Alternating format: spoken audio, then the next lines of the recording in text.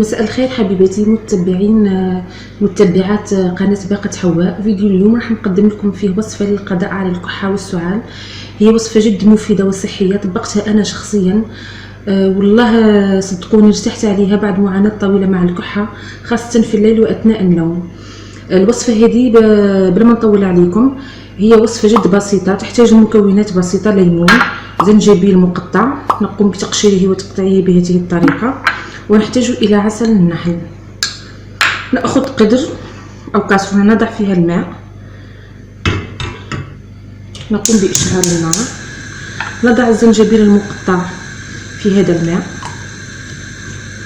ثم نقوم بعد ما غسلنا الليمونة نقطعها بهذه الطريقة. إذا كانت حبة الليمون كبيرة خذوا نصف راح يكفي، وإذا كانت صغيرة بهذه الطريقة خذوا الحبة كاملة. نقلب الليمونة بهذه الطريقة على هذا الوجه ونتركها حتى تطهى في هذا الماء. راح تلاحظوا انه بعد ما يكون الماء قد قام بالغليان، الزنجبيل راح يتحلل في هذاك الماء، والليمون حبة الليمون راح تطرى. هذه الوصفة هي صالحة للنساء الحوامل، الشيوخ، الأطفال الصغار، مفيدة جدا، تعالج الكحة نهائيا. صدقوني أنا جربتها وجربوها ما راحش تندموا عليها. نعودوا بعد ما يكون الماء قد غلى والليمونة تكون نضجت. أنا رجعت لكم حبيباتي بعد ما نضجت حبة الليمون وشربت هذاك الماء المغلى بالزنجبيل. راح نعاد لكم الطريقة اللي تاكلوا بها هذه الليمونة. نأخذ العسل بهذه الطريقة ونضعها في نصف حبة الليمون.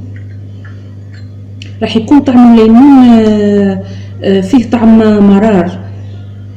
نعرفوا انه احنا الليمون اذا غلي جيدا مع القشر راح يصبح طعمه مر، لكن اذا اضفنا العسل النحل بهذه الطريقة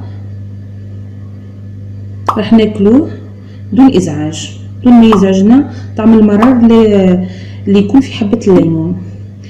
راح تكون نصف الليمونة بهذه الطريقة، راح تاكلوها بالملعقة جيدا هكذا لحد ما تخوى نصف الليمونة، تصبح فارغة بهذه الطريقة.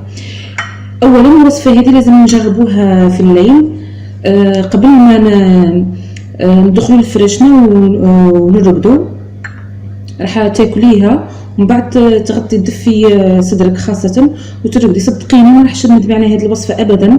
جربوها للاطفال الصغار، للنساء الحوامل، للشيوخ. هي وصفة جد مفيدة، اللي ارتحت عليها من اول مرة نقول الحمد لله، واللي ما ارتاحتش تقدر تعاودها بعد يومين او 3 ايام. كانت هذه هي وصفة للقضاء على الكحة والسعال، وصفة انا جربتها شخصيا، صدقوني ما راحش تندموا عليها. شكرا لكم حبيباتي متبعات قناة باقة حواء. انتظروني في فيديوهات مقبلة بإذن الله. إلى اللقاء.